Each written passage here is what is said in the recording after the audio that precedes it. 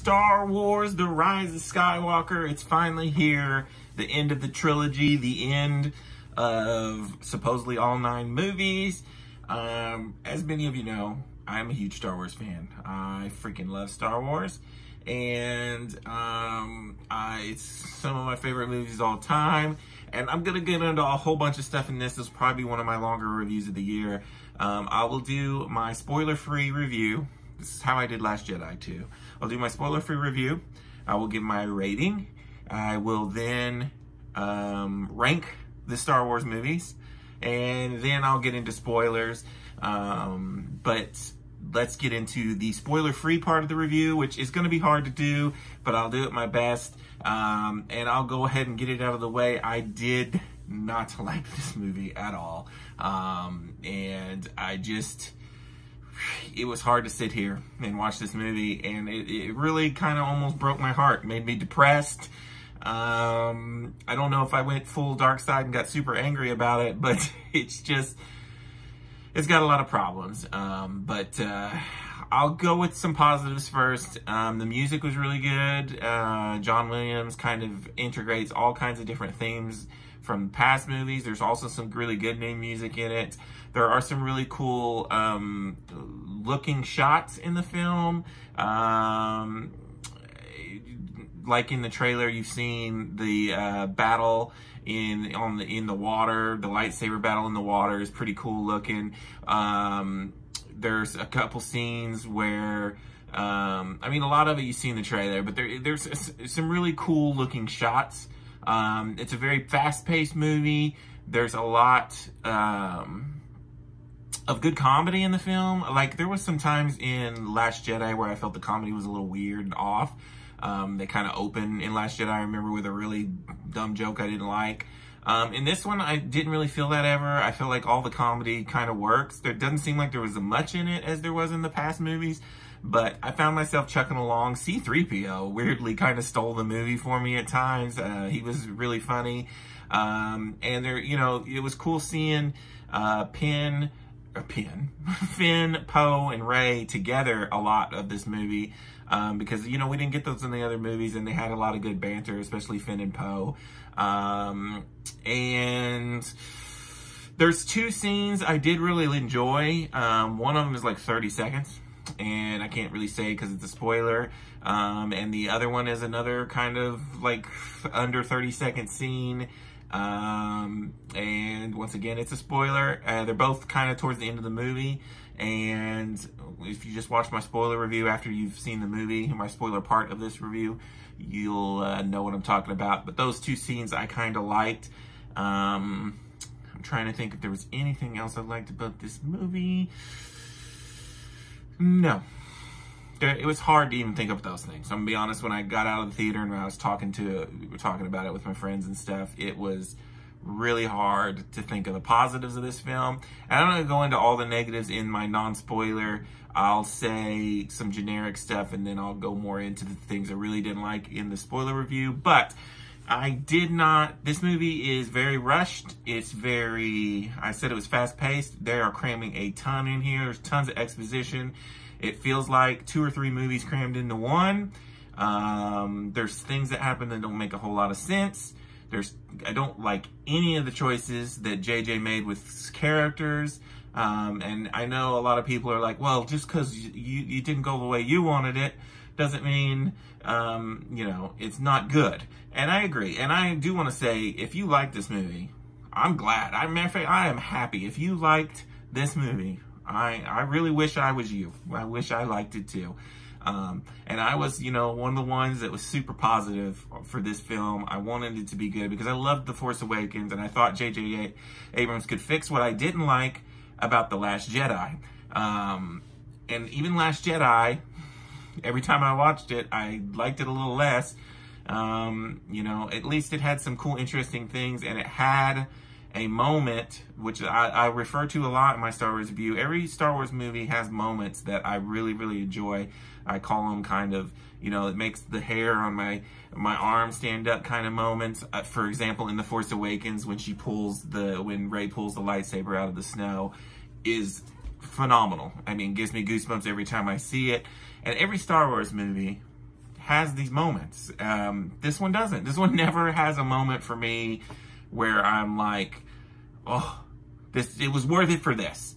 And you can go back and look at my Last Jedi review or all my I have a lot of the older movies that I have written reviews for. And there's just none of that magical moment in this movie.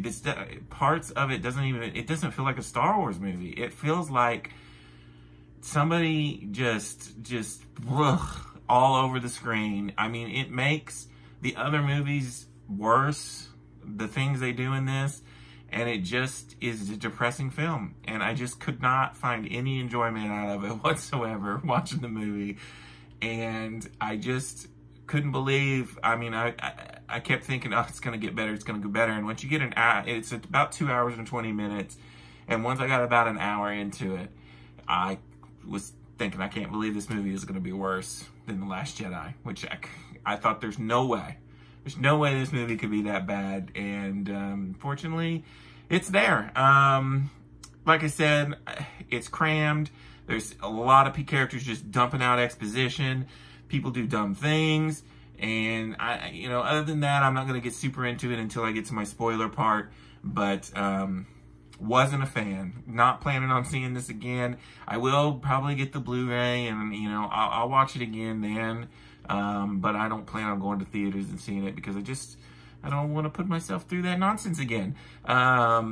It doesn't affect my opinion to say The Force Awakens. I still really love The Force Awakens, and I still love Star Wars. It's just, this is going to be my worst movie. I just know it.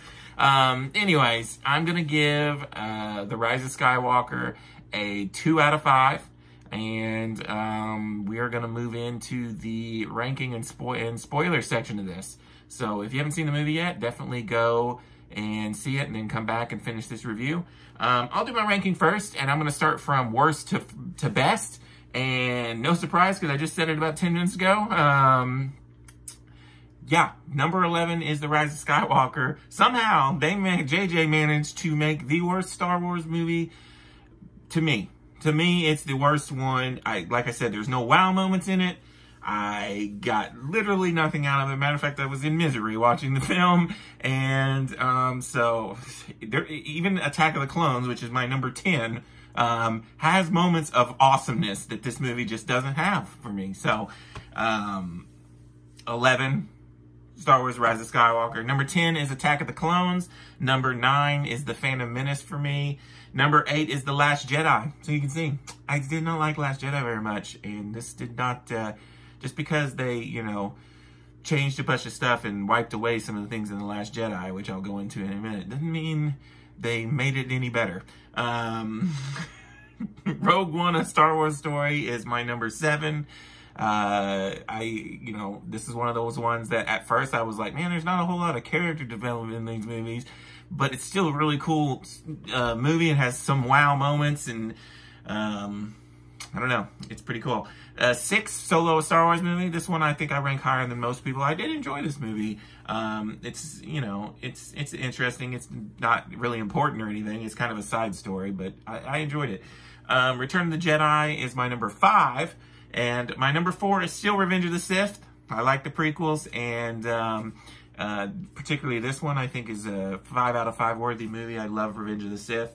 The Force Awakens, I'm leaving at number 3, because when I left The Force Awakens in 2015 and I went and saw it in theater 7 times, and I was so freaking excited. When I watch that movie again, I still get the same level of excitement. I love that film, even though this new movie kind of craps all over it. I'm just gonna, let that stay frozen in time, and I do enjoy it enough to keep it. Number 2, I'm gonna give the original Star Wars, and number 1 is still sticking with Empire Strikes Back. That movie is perfection. So now that we're through with the rankings, let's go into my spoilers. It's hard to know where to even start. So in the crawl, you get the Emperor has the dead speak, I think is what it says, and you're told basically the Emperor's back. That's it. They never tell you how he's back.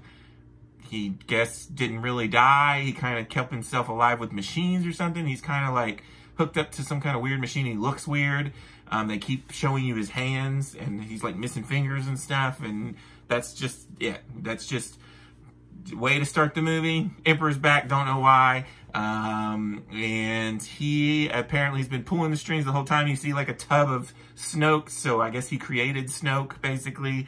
And he's been in Kylo Ren's head, and it just starts going downhill from there. And it started off pretty slow, and it just keeps going there. And I don't mean like, it just, I don't even know how to describe it. I'll just talk about the things I really didn't like. I don't like Kylo turning. That happens in the middle of the movie. He basically goes good. After everything he's done, he basically just goes good just because you get his memory, not a Force ghost, of Han Solo, and he says, hey, you need to come home, you need to be good again, and he's just good. You know, and there's nothing against these actors. I like Daisy Ridley, I like Adam Driver, they're great in the film, like, acting-wise. It's just the story. I don't like the story, I don't like the script.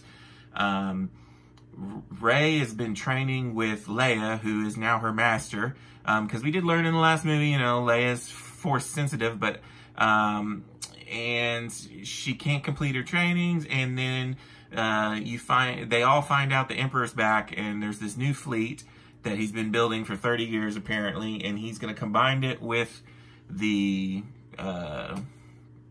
First Order fleet and take over the world. And oh yeah, all of his ships have Death Stars on them so he can destroy planets.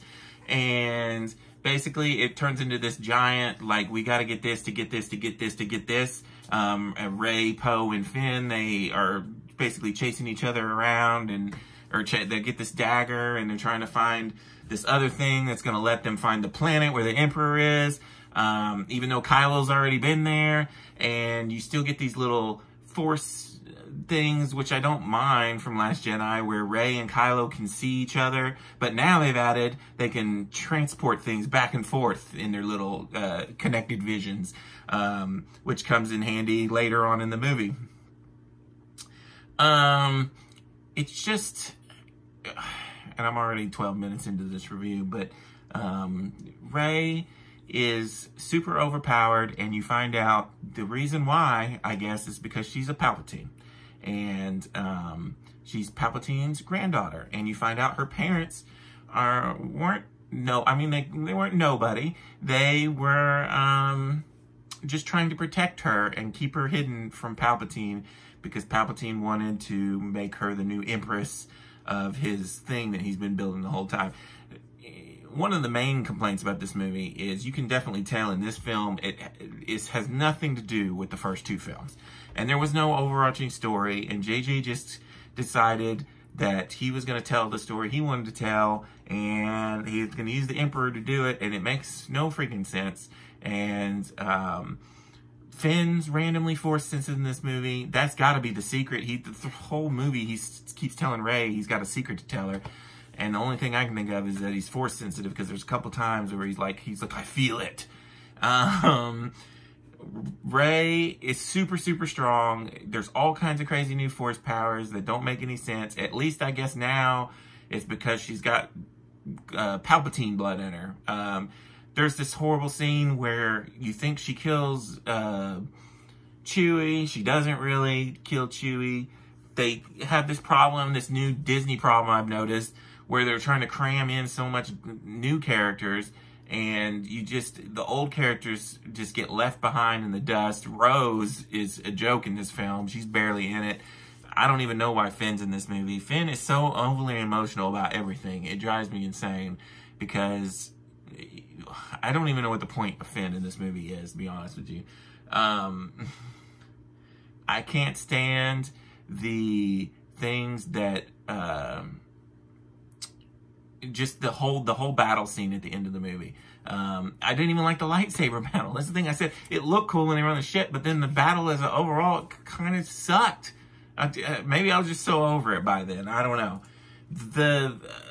The whole battle at the end, there was all these ships, and it was just chaos going on, and it just wasn't entertaining. I'm just gonna stick crap in the movie. It made me depressed. I will say the two things that I said that I did like. I liked the Luke and Leia training scene, which is like a little 30-second scene where you find out that Luke trained Leia in the Force, and then she saw a vision of what Kylo and what things were going to happen, and so she quit. She didn't want to do it anymore. That was cool, and it's crazy because they were both CG characters, and it was only like 30 seconds, but I was like, oh, that was awesome. And then the other thing you get after Kylo Ren wipes out the Knights of Ren, which is also a stupid battle that you can barely see in the dark, on this planet where everything happens at the end of the movie, they confront the Emperor, and they're going to take him down. And, you know, one of the new Force powers we just magically get in this movie is Rey can heal people now. Well, the Emperor can suck the Force out of Kylo and Rey, and, you know, he flings Rey away, and all this stuff is happening. And then when Rey is down, it looks like she's done for, and the Emperor is about to take over, and blah, blah, blah. She hears the voices of all the past Jedi, and it's really cool. You get Ahsoka in there, you get Obi-Wan, Qui-Gon, Yoda, just every Jedi you can think of is in there, even ones you don't really even think out of. I think Mace Windu's in there. Just all the Jedi are talking to her, and that is a cool moment, but by then, I was just so over it. And then the whole Skywalker thing is she basically takes their name at the end of the movie, and it's just over. I will give you that. Thank God it's over. And we can move on from this and hopefully get something that's not anywhere near this timeline. Or if we do, hopefully it makes it better. Like, I was thinking we could get like a Luke and Leia training movie and recast it maybe. And that might be something kind of cool. Because they're both really young in that flashback, because you can tell it's right after Return of the Jedi. Or if we just can get away from this altogether and go like thousands of years before and have all new characters. But like The Mandalorian is really good, and it's after 6, but doesn't have anything to do with anybody else. Or the new video game Fallen Order, also really good in between 3 and 4. I don't know. I'm just ready for some news stories with some new people and some good movies. This still doesn't make me want, you would think after this movie I would be like, let's stop making Star Wars movies for a long time. But that's not what I want. I want them to, it actually makes it worse, because now we have this movie, and we're not going to get another Star Wars movie for 2 or 3 years, and we have to sit with this one. Thank goodness we have TV shows, because if we were getting 2 Star Wars movies a year like they do with the Marvel movies, I could get over it. I could be like, man, screw it. Let's see who's directing the next one. Another thing that baffles me about this film is, J.J. Abrams actually like, oh yeah, we had to plan the whole deal, whatever. That's a bunch of bullcrap. You could tell just by watching this movie, it has nothing to do with the other 2 films. They're completely different. And, Colin Trevorrow came out and said that in his version of this 3rd movie, there was no Emperor at all. There was no Emperor at all. So, weirdly, I'm wondering what Colin Trevorrow's version of this film would have been like. And I love JJ, and there's a lot of like visually things in this movie that I, don't find horrible, but it's just the script, the choices they make with the characters, how none of it ties together. There's no emotional feelings in this movie. Even like that Chewbacca scene I was talking about, he wasn't even really dead, and I was so out of it. I didn't even realize there was 2 ships. I was just like, oh, they killed Chewbacca, that's crazy. And then like 10 minutes later, like, no, he was on a different ship. She didn't kill him. And I'm just like, and they didn't make any bold choices like, okay, Rey's Palpatine. Let's do something crazy. Let's make her evil. No, they didn't do that. And I saw that coming when they kept making it look like she was evil. I knew it wasn't going to be, but then Kylo redeems himself. He killed his own father, but redeemed himself. Okay, saw that coming. And it's just, nothing in this film is satisfying emotionally. None of the characters are good characters. As a matter of fact, they're worse in this film. The only thing, I got some good chuckles, like I said, with C-3PO making jokes and things, and the chemistry between the cast members and stuff, but that is not enough for me. I didn't like the lightsaber battle. I didn't like all the new force powers. I didn't like the big battle at the end. Sometimes they try and throw stuff in there. Like, oh, here's Wedge. And, you know, it made the crowd clap. But it literally was a 3-second shot of him because he got so much else. We can't spend any more time on that. And they do that a lot. They throw a bunch of crazy stuff at the screen and they're like, oh, look, nostalgia, nostalgia. Look at this old Death Star wreckage, or look at this. And it's just, after a while, you become numb to it. You don't even care anymore. I'm going to quit ranting. Didn't like this movie. As a matter of fact, somebody asked me today, well, how's it going to, you know, is it going to fit in your top 20 movies of the year? This movie's probably going to be in my top 10 worst movies of the year, which is crazy how we've fallen. Force Awakens was amazing. My favorite movie of 2015. Last Jedi I didn't like, but it had moments. And I thought there's no way. I thought JJ's going to come back and fix this. It's worse than The Last Jedi. This movie is worse than The Last Jedi. So no, this will not be in my top 20 movies of the year. And it's sad. It's really sad. But all I can do is go, well, we're getting some good Star Wars TV. I have no idea what they're doing for the future of Star Wars movies. And let's just move on from it. And like I said at the beginning of this, if you enjoyed it, I'm glad. And I would like to talk and see what you liked about it. I already talked to a few people who liked the whole Rise of Palpatine thing, and kind of it makes them feel like that's the reason she's so powerful. And I get it, and I'm definitely interested in talking with people who did like the movie, and I'm glad that some people liked it, because it was sad for me. But until next time, this is Rainy Cage. Peace out.